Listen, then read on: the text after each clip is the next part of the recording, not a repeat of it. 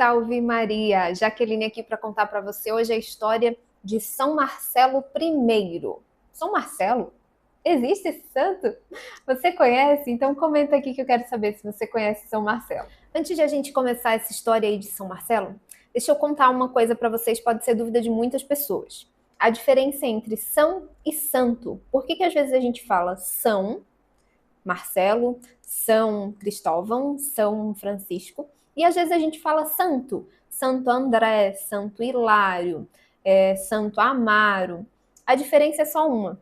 O nome do santo precisa começar com a letra A, E, I ou U, ou no caso de Hilário, que é com H, mas a fonética, né, o som é de I, então a gente diz santo. Notem, Santo André, Santo Hilário, Santo Amaro. Então tem que começar com vogal para a gente dar o nome de santo. São começa com uma consoante. São Pedro, São Francisco, São Marcelo. O único que tem essa diferença é Tomás de Aquino. A gente não diz São Tomás de Aquino, a gente fala Santo Tomás de Aquino. Mas também não está errado falar São Tomás. A diferença é só fonética. Todos são santos. No início do ano 304, com a morte do Papa Marcelino, a Igreja viveu um período bem longo e bem confuso, recheado de incerteza, de perseguição, que deu uma desorganizada no interior dela ali. E aí, nessa época, aparece então, uma figura singela, que foi a de Marcelo I. Ele foi confundido por muitos até com o próprio Marcelino, até pelo nome, alguns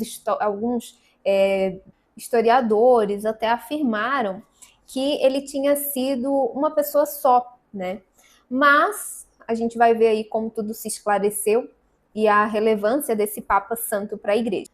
Na época ali dos anos 300, o imperador Diocleciano, ele já se mostrava insensato, ele já se mostrava um tirano, ele já não governava mais por si mesmo, ele era comandado pelo vice. E aí, nessa época, para o Império Romano não estava sendo nada agradável, assim, a sua queda já estava de tobogã. Foi então que, a mando do vice, o Diocleciano, então, ele decretou uma cruel e sangrenta perseguição aos cristãos, talvez a maior da história, a maior, assim, já entendida, E continuou mesmo após a sua morte, Continuou com o imperador seguinte, que foi o Maxêncio. A Cátedra de São Pedro vivia num período de vicátio, que é um nome chamado aí o tempo de ausência entre eleição legítima e a entrada do novo pontífice. Então foi uma época obscura, de solavancos para toda a igreja, que estava aí agonizando com essa confusão generalizada, também provocada pelas heresias, pelos lapses, que era uma figura sombria aí que surgiu em consequência das perseguições. Então, em 27 de maio de 308, foi eleito o Papa Marcelo I, que foi um presbítero de origem humilde, de origem romana, generoso, de caráter firme, de fé inabalável.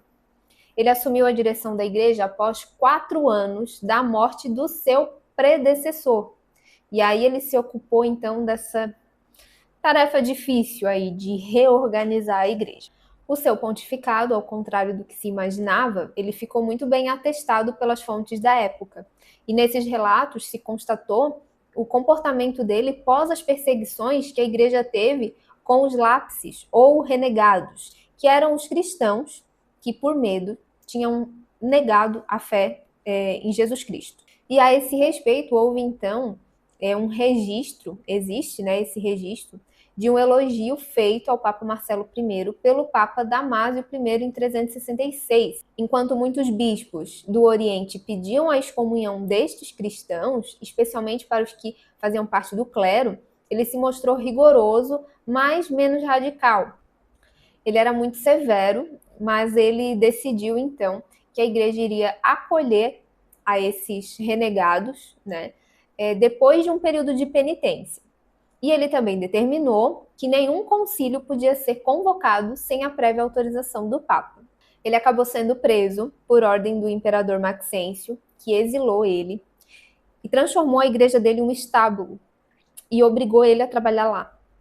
Então ele morreu por consequência dos maus tratos recebidos no dia 16 de janeiro de 309.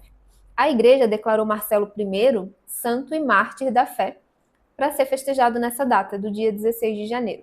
As suas relíquias estão guardadas na cripta dos papas, no cemitério de Santa Priscila, em Roma. São Marcelo I, rogai por nós.